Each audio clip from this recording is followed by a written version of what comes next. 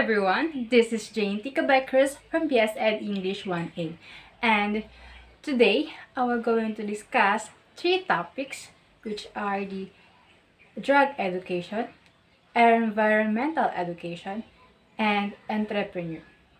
So I'm your speaker for today, and let us proceed to the first topic, which is the drug education.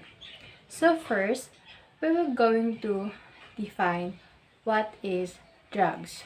So, drugs are chemical substances that can change how your mind and body work. They include prescription medicines, over-the-counter medicines, alcohol, tobacco, and illegal drugs. There are two types of drugs: the legal drugs and the illegal drugs. So when we say legal drugs, it is known as over-the-counter medicine and the prescribed drugs. It includes the alcohol, nicotine, and caffeine. And when we say illegal drugs, it refers to drugs that are not prescribed by a licensed medical professional, and their use is unlawful under the Controlled Drugs and Substances Act. Example of this is the marijuana, shabu, and ecstasy. So let's move. So we are going to differentiate what is drug to a medicine. So when we say a drug, it is any substance that causes a change in organisms' physiology or psychology when consumed. And when we say medicine, it is a substance or preparation used in treating disease. So now we are going to differentiate what is medicine misuse and medicine abuse. So when we say medicine abuse, it is the use of medication without a prescription.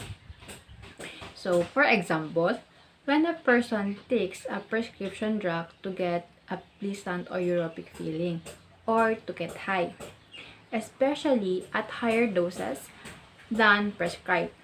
That is example of drug abuse.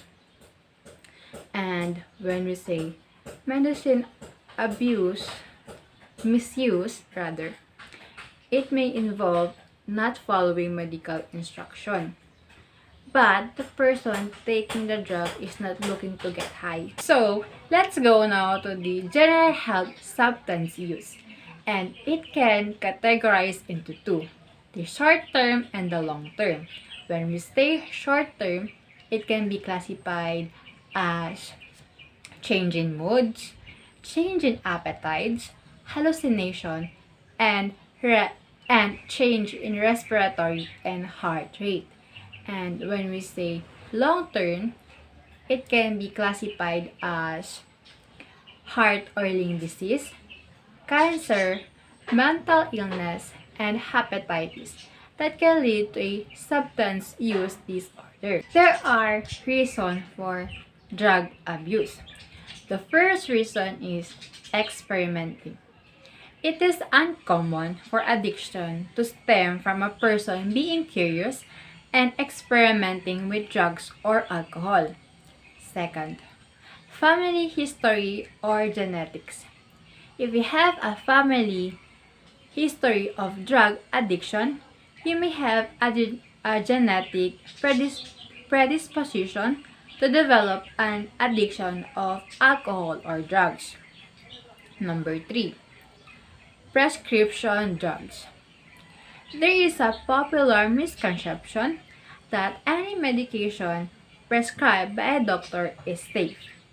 Unfortunately, that is not always the case.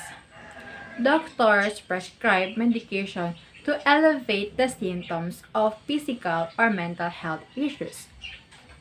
4. Loneliness.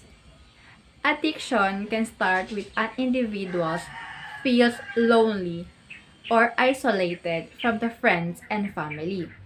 They turn to drugs or alcohol thinking that it will fill a void that can have been living with it. 5. Peer pressure. Peer pressure is usually applies to adolescents or young adults. The need to fit in on some level is built each and every one of us. 5. 6 rather. Drugs and alcohol can make you feel good.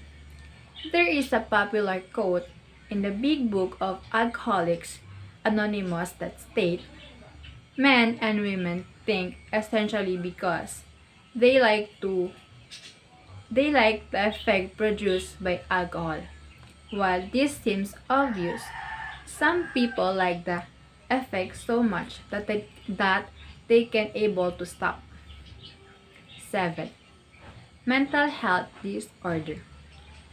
It includes the depression, anxiety, and PTSD can put individuals in higher risk of developing an addiction. Using substances to cope with different feelings may seem like an easier path for some. 8. Recreation. People, Many people use drugs or alcohol um, socially with friends or to unwind after a long day. 9. Alcohol isn't enough.